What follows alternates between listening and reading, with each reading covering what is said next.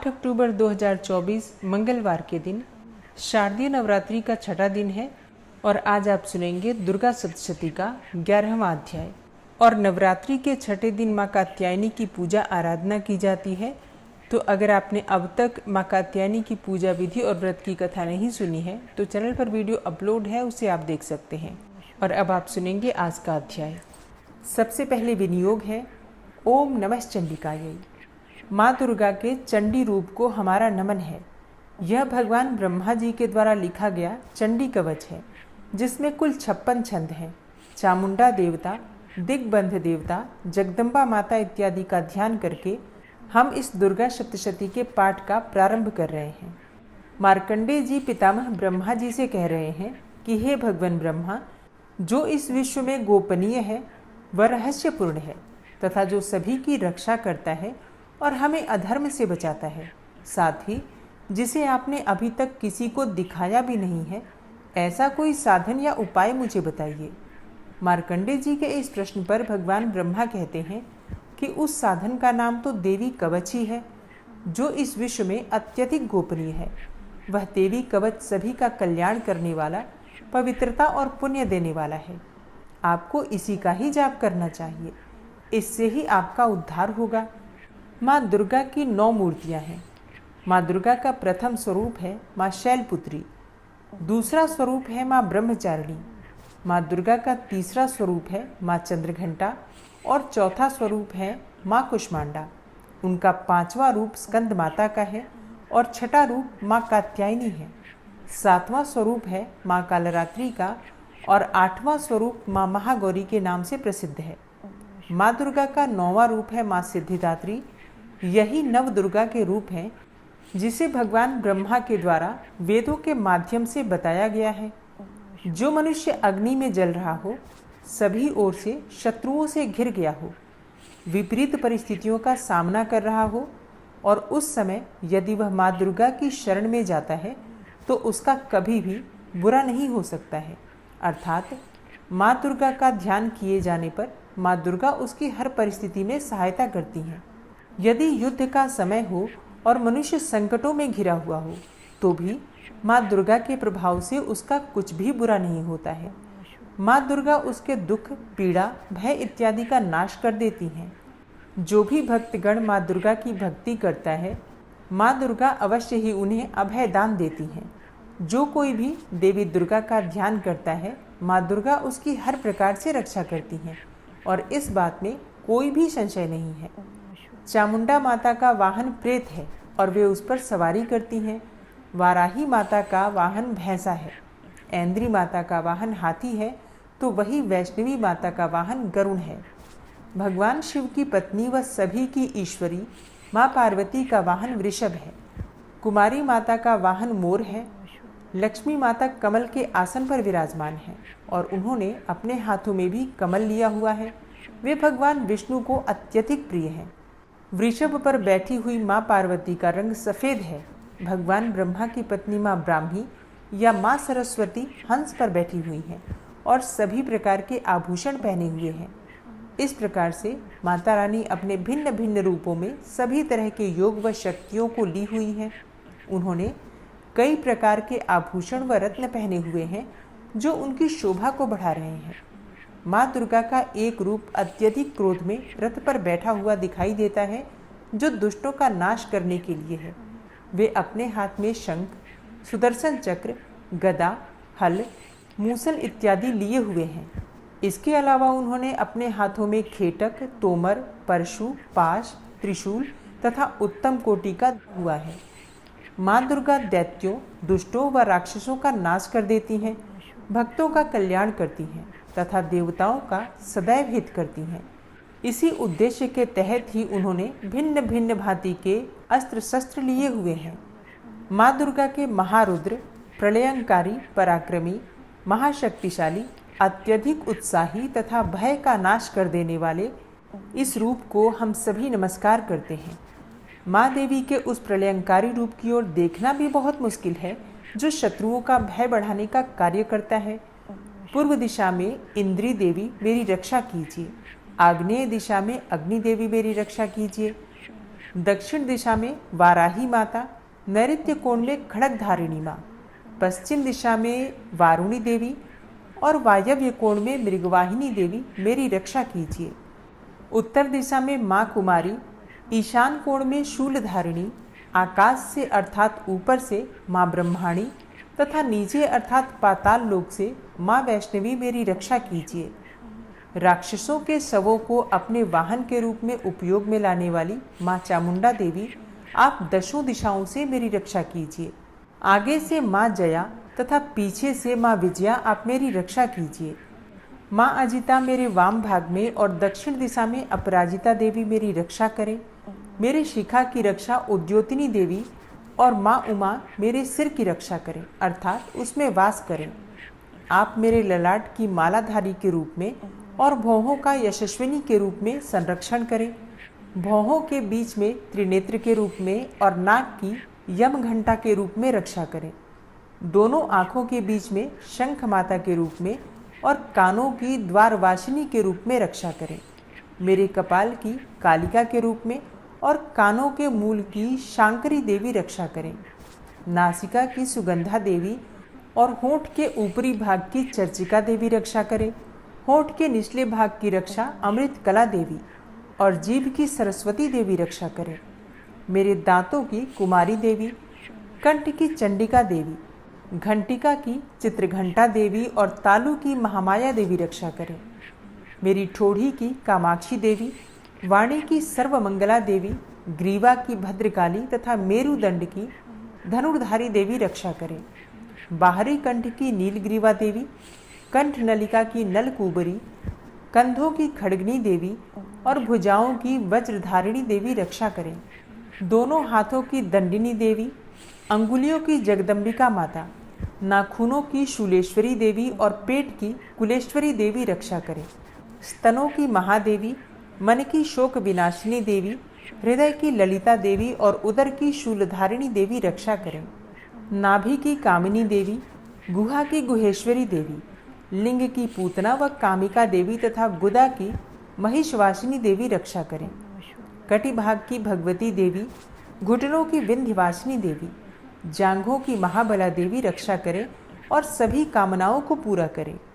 मेरी घुट्टियों की नारसिंही देवी, पैरों के आगे भाग की तेजसी देवी, पैरों की उंगलियों की श्री देवी और पैरों के तले की तलवासिनी देवी रक्षा करें।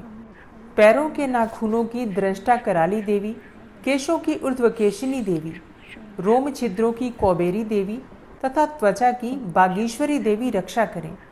माँ पार्वती देवी मेरे रक्त, मांस, हड्डियों इत्यादि की रक्षा करें। आंतों की कालरात्रि देवी और पित्त की मुकुटेश्वरी देवी रक्षा करें। पद्म कोशों की माँ पद्मावती देवी, कफ की चूड़ामणि देवी, नाखूनों की धार की ज्वालामुखी देवी और शरीर की संधियों की अभेद्या देवी रक्षा करें। मेरे वीर्य की रक्षा माँ ब्रह्माणी देवी, छाया की छत्रेश्वरी देवी तथा धर्मधारिणी देवी मेरे अहंकार व मन और बुद्धि की रक्षा करें। हे माँ दुर्गा, आप मेरे प्राणों, ज्ञान, उदान की समान रूप से रक्षा करें। वज्रहस्ता देवी मेरे प्राणों की रक्षा करें और मेरा कल्याण करें। आप मेरी सभी इंद्रियों, रस, रूप, गंध, शब्द व स्पर्श में बसती हैं। हे नारायणी देवी, आप मेरे सत्व गुण, रजगुण व तमोगुण की रक्षा करें। मेरे आयु की वाराही देवी, वैष्णवी देवी धर्म की, यश व कीर्ति की लक्ष्मी देवी तथा धन व विद्या की चक्रिणी देवी रक्षा करें। इंद्रा देवी मेरे गोत्र की, चंडी देवी मेरे पशुओं की, महालक्ष्मी देवी मेरे पुत्रों की और भैरवी देवी मेरी पत्नी की रक्षा।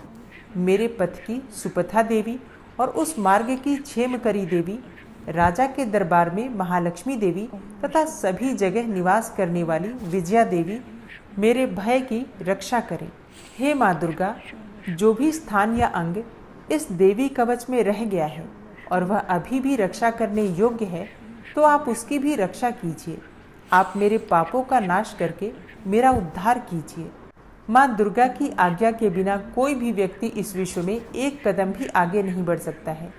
हम यदि कहीं भी जा रहे हैं तो हमें अवश्य ही इस देवी कवच का पाठ करना चाहिए और उसके बाद ही प्रस्थान करना चाहिए। इस दुर्गा रक्षा कवच के पाठ से हमें हर जगह लाभ व सफलता मिलती है और हमारे सभी काम बन जाते हैं। हम जब भी माँ दुर्गा का ध्यान करते हैं वैसे ही हमारे सभी काम बनते चले जाते हैं। उस व्यक्ति को इस पृथ्वी पर बिना किसी तुलना के परम यश और वैभव प्राप्त होता है। जो भी भक्तगण इस देवी रक्षा कवच का पाठ करता है उसका भय समाप्त हो जाता है, युद्ध में उसकी विजय होती है तथा वह तीनों लोकों में पूजनीय हो जाता है। देवी माता का यह रक्षा कवच देवताओं तक के लिए बहुत दुर्लभ है। जो व्यक्ति इस देवी कवच का तीनों समय श्रद्धा भाव के साथ पाठ करता है उसे देवी माता की कृपा से तीनों लोकों में विजय मिलती है। वह अकाल मृत्यु के भय से दूर होता है तथा 100 वर्षों से भी अधिक समय तक जीवित रहता है। इस दुर्गा कवच के पाठ से व्यक्ति के शरीर में होने वाले हर तरह के रोग समाप्त हो जाते हैं। उसके शरीर में बनने वाला विष भी समाप्त हो जाता है तथा कोई रोग उसका कुछ भी बिगाड़ नहीं सकता है। जो भी मनुष्य इस दुर्गा रक्षा कवच को अपने हृदय में धारण कर लेता है उस पर इस पृथ्वी पर होने वाले सभी तरह के अभिचारण मंत्र तंत्र का प्रभाव समाप्त हो जाता है। सभी तरह की डाकिनी शाकिनी अंतरिक्ष में रहने वाले अति शक्तिशाली व भयंकर डाकिन, भूत, पिशाच, यक्ष, गंधर्व, राक्षस, ब्रह्म राक्षस, वेताल, कुष्मांडा, भैरव इत्यादि सभी तरह की नकारात्मक शक्तियों के प्रभाव इस दुर्गा कवच के माध्यम से समाप्त हो जाते हैं। इस रक्षा कवच का पाठ करने वाला व्यक्ति राजा से सम्मान प्राप्त करता है और उसकी सुख संपत्ति में वृद्धि होती है। जो भी व्यक्ति इस देवी कवच का पाठ करता है उसका हर जगह यश बढ़ता ही जाता है और जो भी इस कवच का 7 बार जाप करता है उसका वंश इस पृथ्वी के अंत तक रहता है। इसके पश्चात जब उसकी मृत्यु हो जाती है तब वह माँ दुर्गा के आशीर्वाद से परम स्थान को प्राप्त करता है, जो देवताओं को भी अत्यंत दुर्लभ है। उसे महामाया का प्रसाद मिलता है और उसकी मुक्ति हो जाती है। वह माँ दुर्गा के आशीर्वाद से सुंदर रूप को धारण करता है और भगवान शिव के समान आनंद प्राप्त करता है। और अब पूरे भक्तिभाव से माँ दुर्गा का ध्यान करके अर्गला स्तोत्र का पाठ करते हैं। ओम नमः चंडिकायै। माँ चंडिका देवी को नमस्कार है। मार्कंडेय ऋषि जी कहते हैं, जयंती अर्थात सबसे उत्कृष्ट एवं विजयशालिनी, मंगला अर्थात अपने भक्तों के जन्म मरण आदि संसार बंधन को दूर करने वाली, मोक्षदायिनी मंगलदायी देवी, काली अर्थात प्रलय काल में संपूर्ण सृष्टि को अपना ग्रास बना लेने वाली देवी, भद्रकाली अर्थात अपने भक्तों के लिए ही भद्र अथवा मंगल स्वीकार करने वाली, कपालिनी अर्थात हाथ में कपाल तथा गले में मुंडमाला धारण करने वाली, दुर्गा अर्थात कर्म एवं उपासना स्वरूप दुस्साध्य साधन से प्राप्त होने वाली, क्षमा अर्थात अत्यंत करुणामय स्वभाव होने के कारण अपने भक्तों के सारे अपराध क्षमा करने वाली, शिवा अर्थात सबका कल्याण करने वाली, धात्री अर्थात संपूर्ण प्रपंच को धारण करने वाली, स्वाहा अर्थात स्वाहा रूप से यज्ञ भाग ग्रहण करके देवताओं का पोषण करने वाली, और स्वधा अर्थात स्वधा रूप से श्राद्ध और तर्पण को स्वीकार करके पितरों का पोषण करने वाली। इन नामों से प्रसिद्ध हे जगदम्बिके तुम्हें मिला है। हे देवी चामुंडे तुम्हारी जय हो। संपूर्ण प्राणियों की पीड़ा हरने वाली देवी तुम्हारी जय हो। सब में व्याप्त रहने वाली देवी तुम्हारी जय हो। हे कालरात्रि तुम्हें नमस्कार है। मधु और कैटब को मारने वाली तथा ब्रह्मा जी को वरदान देने वाली देवी तुम्हें नमस्कार है। तुम मुझे रूप दो, जय दो, यश दो और काम क्रोध आदि शत्रुओं का नाश करो। महिषासुर का नाश करने वाली तथा भक्तों को सुख देने वाली हे देवी तुम्हें नमस्कार है। तुम रूप दो, जय दो, यश दो और काम क्रोध आदि शत्रुओं का नाश करो। रक्त बीज का वध और चंडमुंड का विनाश करने वाली हे देवी तुम रूप दो, जय दो, यश दो और काम क्रोध आदि शत्रुओं का नाश करो। शुंभ और निशुंभ तथा धूम्रलोचन का मर्दन करने वाली हे देवी तुम रूप दो, जय दो, यश दो और काम क्रोध आदि शत्रुओं का नाश करो। सबके द्वारा वंदित युगल चरणों वाली तथा संपूर्ण सौभाग्य प्रदान करने वाली हे देवी तुम रूप दो, जय दो, यश दो और काम क्रोध आदि शत्रुओं का नाश करो। हे देवी तुम्हारे रूप और चरित्र अचिंत्य हैं। तुम समस्त शत्रुओं का विनाश करने वाली हो। तुम रूप दो, जय दो, यश दो और काम क्रोध आदि शत्रुओं का नाश करो। पापों को दूर करने वाली हे चंडिके, जो भक्तिपूर्वक तुम्हारे चरणों में सर्वदा मस्तक झुकाते हैं, उन्हें रूप दो, जय दो, यश दो और उनके काम क्रोध आदि शत्रुओं का नाश करो।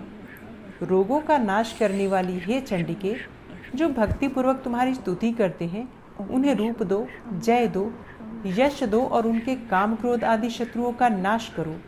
हे चंडिके, इस संसार में जो भक्तिपूर्वक तुम्हारी पूजा करते हैं, उन्हें रूप दो, जय दो, यश दो और उनके काम क्रोध आदि शत्रुओं का नाश करो।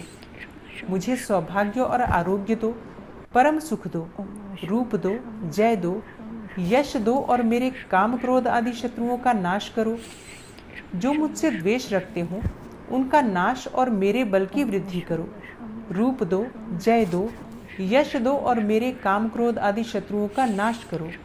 हे देवी, मेरा कल्याण करो, मुझे उत्तम संपत्ति प्रदान करो। रूप दो, जय दो, यश दो और मेरे काम क्रोध आदि शत्रुओं का नाश करो।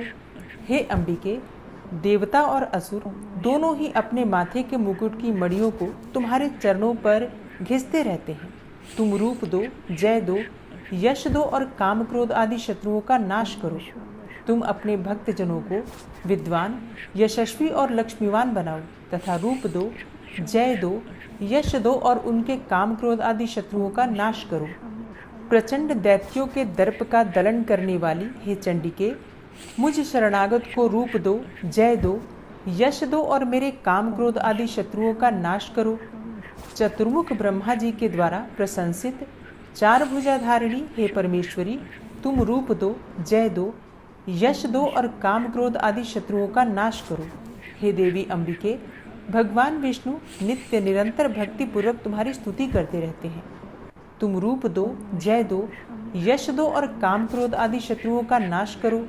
हिमालय कन्या पार्वती के पति महादेव जी के द्वारा प्रशंसित होने वाली हे परमेश्वरी, तुम रूप दो, जय दो, यश दो और काम क्रोध आदि शत्रुओं का नाश करो। शचीपति इंद्र के द्वारा सद्भाव से पूजित होने वाली हे परमेश्वरी, तुम रूप दो, जय दो, यश दो और काम क्रोध आदि शत्रुओं का नाश करो। प्रचंड भुजदंडों वाले दैत्यों का घमंड चूर करने वाली हे देवी, तुम रूप दो, जय दो, यश दो और काम क्रोध आदि शत्रुओं का नाश करो। हे देवी अंबिके, तुम अपने भक्तजनों को सदा असीम आनंद प्रदान करती रहती हो। मुझे रूप दो, जय दो, यश दो और मेरे काम क्रोध आदि शत्रुओं का नाश करो।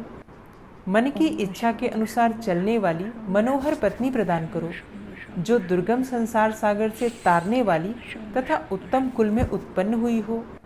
जो मनुष्य इस अर्गला स्तोत्र का पाठ करके सप्तशती रूपी महास्तोत्र का पाठ करता है, वह सप्तशती की जप संख्या से मिलने वाले श्रेष्ठ फल को प्राप्त होता है।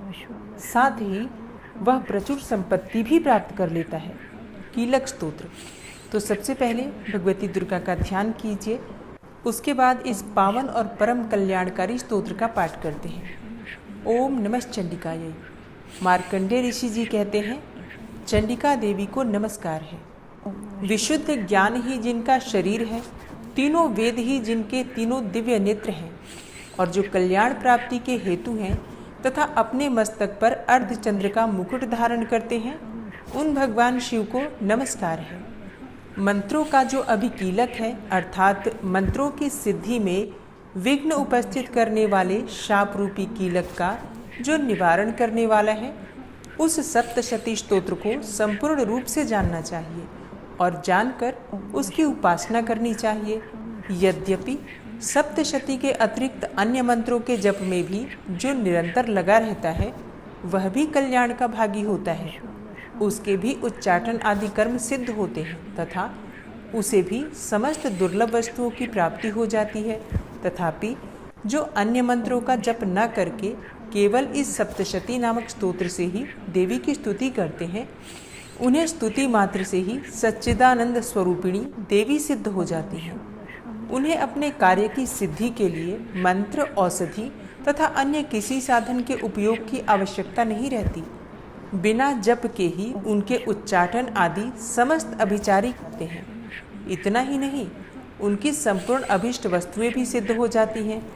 लोगों के मन में यह शंका थी कि जब केवल सप्तशती की उपासना से अथवा सप्तशती को छोड़कर अन्य मंत्रों की उपासना से भी समान रूप से सब कार्य सिद्ध होते हैं, तब इनमें श्रेष्ठ कौन सा साधन है। लोगों की इस शंका को सामने रखकर भगवान शंकर ने अपने पास आए हुए जिज्ञासुओं को समझाया कि यह सप्तशती नामक संपूर्ण स्तोत्र ही सर्वश्रेष्ठ एवं कल्याणमय है। तदनंतर भगवती चंडिका के सप्तशती नामक स्तोत्र को महादेव जी ने गुप्त कर दिया। सप्तशती के पाठ से जो पुण्य प्राप्त होता है उसकी कभी समाप्ति नहीं होती, परंतु अन्य मंत्रों के जप से उत्पन्न पुण्य की समाप्ति हो जाती है। अतः भगवान शिव ने अन्य मंत्रों की अपेक्षा जो सप्तशती की ही श्रेष्ठता का निर्णय किया, उसे यथार्थ ही जानना चाहिए।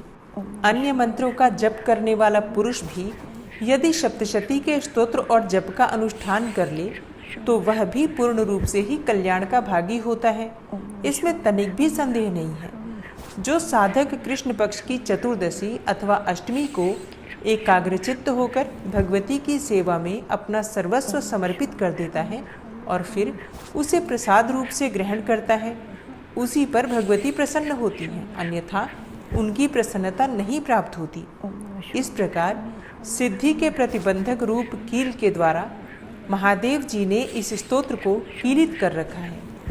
जो पूर्वोक्त रीति से निष्कीलन करके इस सप्तशती स्तोत्र का प्रतिदिन स्पष्ट उच्चारण पूर्वक पाठ करता है, वह मनुष्य सिद्ध हो जाता है, वही देवी का पार्षद होता है और वही गंधर्व भी होता है। सर्वत्र विचरते रहने पर भी इस संसार में उसे कहीं भी भय नहीं होता, वह अपमृत्यु के वश में नहीं पड़ता तथा देह त्यागने के बाद वह मोक्ष प्राप्त कर लेता है। अतः कीलन को जानकर उसका परिहार करके ही सप्तशती का पाठ आरंभ करें। जो ऐसा नहीं करता उसका नाश हो जाता है। इसलिए कीलक और निष्कीलन का ज्ञान प्राप्त करने पर ही यह स्तोत्र निर्दोष होता है और विद्वान पुरुष इस निर्दोष स्तोत्र का ही पाठ आरंभ करते हैं। स्त्रियों में जो कुछ भी सौभाग्य आदि दृष्टिगोचर होता है वह सब देवी के प्रसाद रूप का ही फल है। अतः इस कल्याणमय स्तोत्र का सदा जाप करना चाहिए।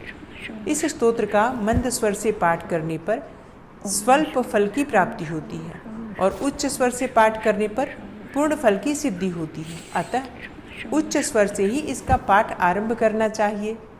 जिनके प्रसाद से ऐश्वर्य, सौभाग्य, आरोग्य, संपत्ति, शत्रुनाश तथा परम मोक्ष की भी सिद्धि होती है, उस कल्याणमयी जगदम्बा की स्तुति मनुष्य क्यों नहीं करते। या देवी सर्वभूतेषु माँ दुर्गा रूपेण संस्थिता नमस्तस्यै नमस्तस्यै नमस्तस्यै नमो नमः।